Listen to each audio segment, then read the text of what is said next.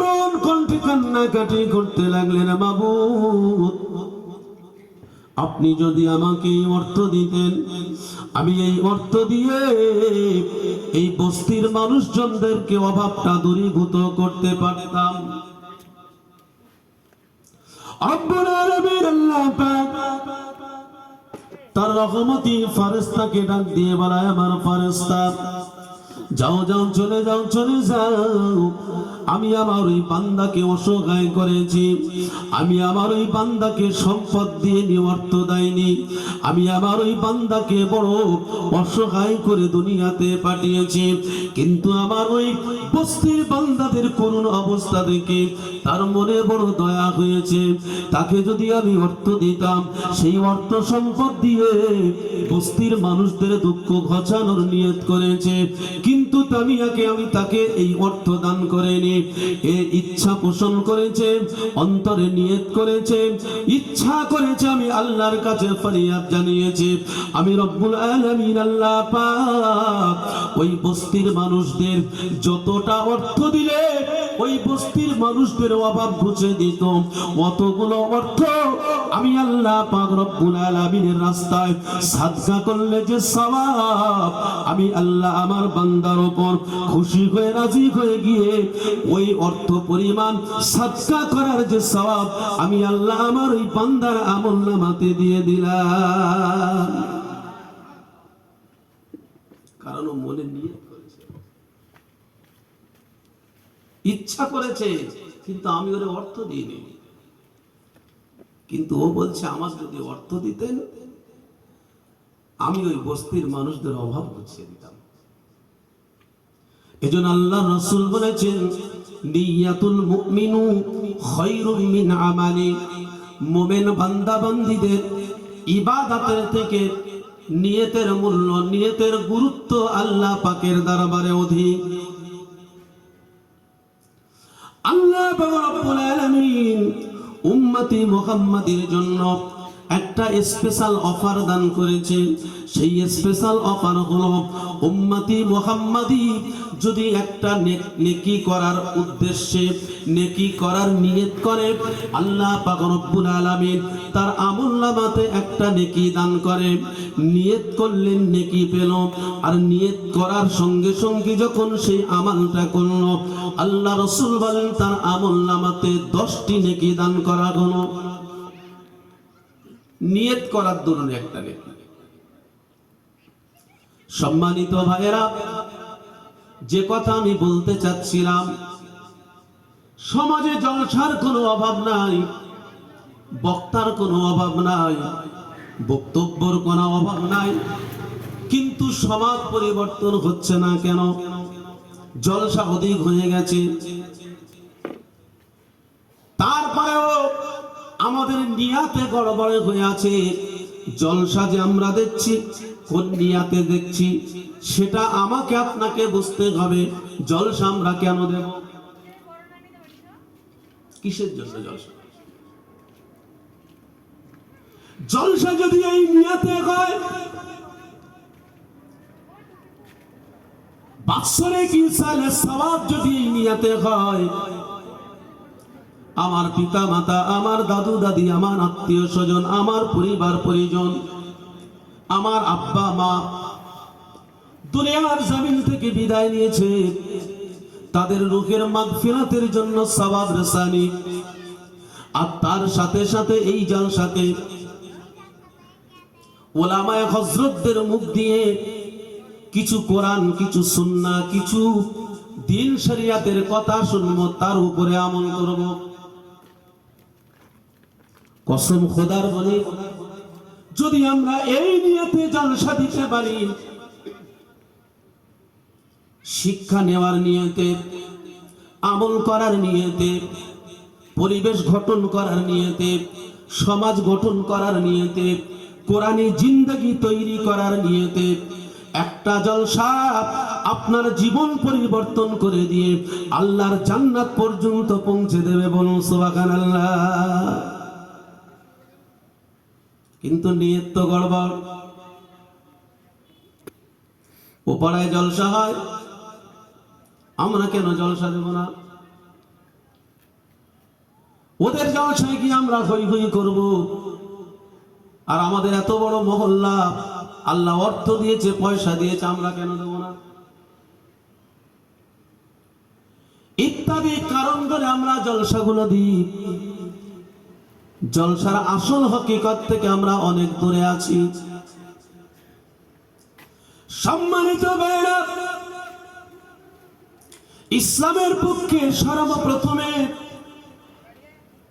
যিনি ইসলামের পক্ষে বক্তব্য দিয়েছিলেন তিনি হলেন বিশ্বনবী জনাবে মুহাম্মদুর রাসূলুল্লাহ সাল্লাল্লাহু তাআলা আলাইহি ওয়াসাল্লামের একনিষ্ঠ খাদিম, তানার জিগরি দোস্ত সিদ্দিক আকবর হযরতে আবু বকর সিদ্দিক রাদিয়াল্লাহু তাআলা আনহু।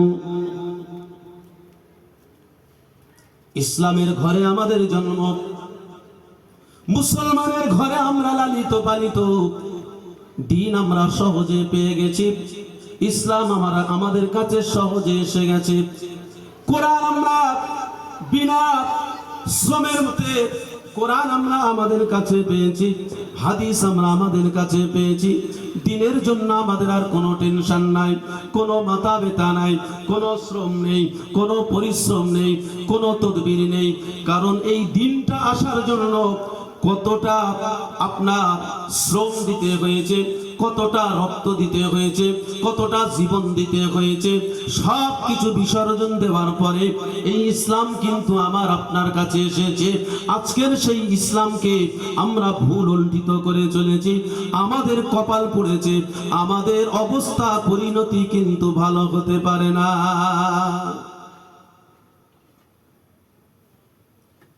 সম্মানিত ভাইরা,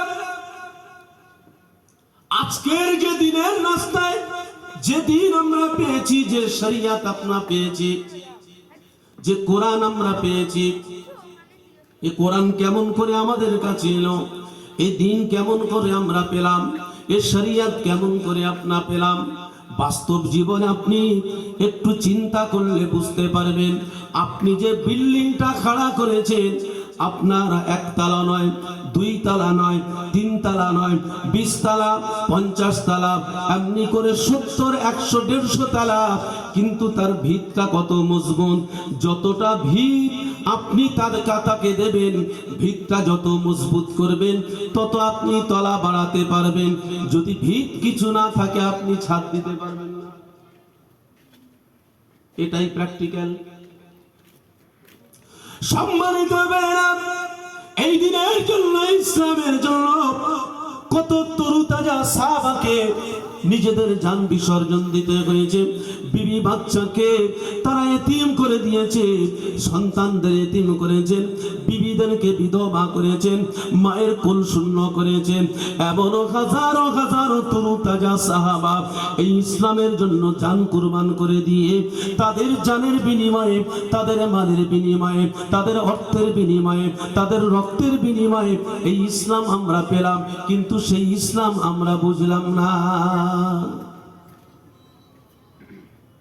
দোষাল্লাহুম্মা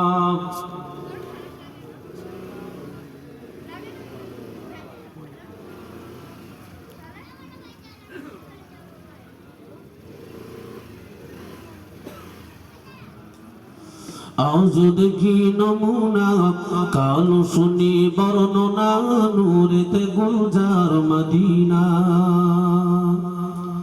আজ দেখি নমুনা, কাল শুনি বর্ণনা, নূরেতে গুলজার মদিনা।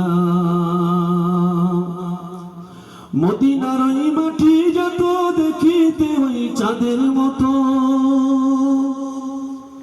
মদিনার ওই মাটি যত দেখিতে ওই চাঁদের মতো,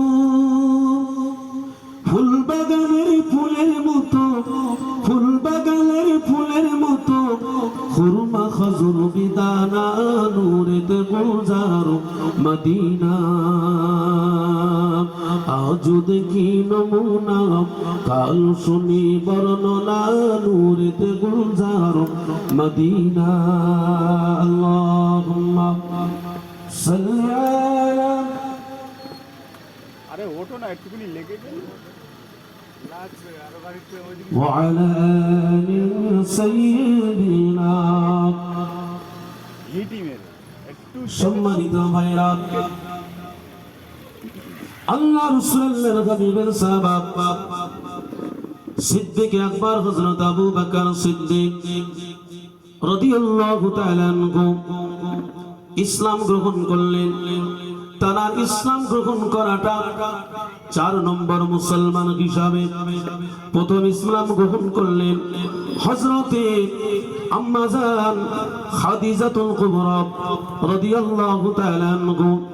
দ্বিতীয়ত আল্লাহ রাসূলের দাস হযরতে যায়েদ রাদিয়াল্লাহু তাআলা আনহু। তৃতীয়ত শের খোদা হযরতে আলী কাররামাল্লাহু ওয়াজহু। পঞ্চম নম্বর ইসলাম গ্রহণ করলেন সিদ্দিক আকবর আবু বকর সিদ্দিক রাদিয়াল্লাহু তাআলা আনহু। আস্তে আস্তে আস্তে আস্তে ইসলামের সুশীতল ছায়ায় 1 জন 2 জন 5 জন 10 জন এমনি করতে করতে করতে করতে 40 জনে পৌঁছালো। ইসলামের সুশীতল ছায়ায় মাত্র 40 জন মুসলমান। এই 40 জন মুসলমান নিয়ে সিদ্দিক আকবর আবু বকর সিদ্দিক রাদিয়াল্লাহু তাআলা আনহু আল্লাহ রাসূলকে বললেন, ইয়া রাসূলুল্লাহ ইয়া হাবিবাল্লাহ, ইসলামের দাওয়াত আমি আবু বকর প্রকাশ্যে হিরম শরীফে দেব।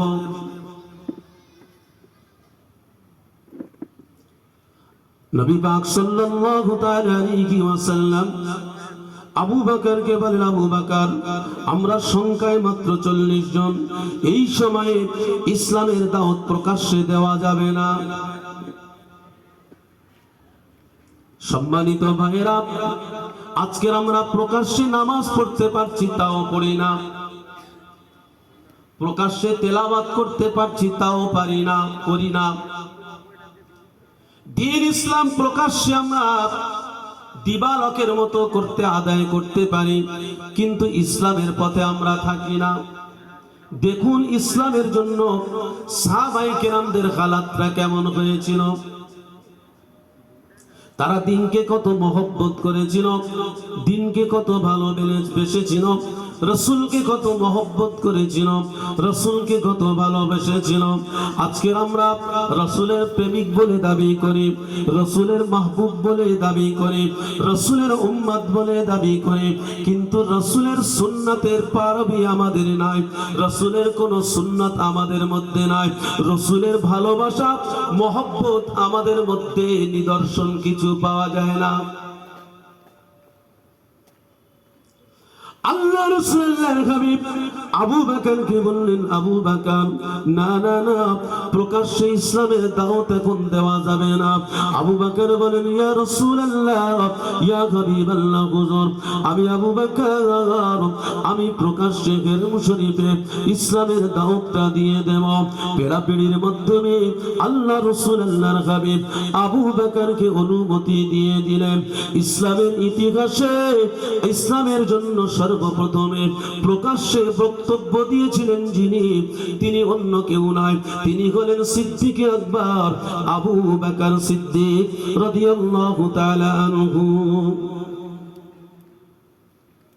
হিরম শরীফের মধ্যে আবু বকর দাঁড়িয়ে গেলেন, ইসলামের দাওয়াত দেবেন, কালেমার দাওয়াত দেবেন।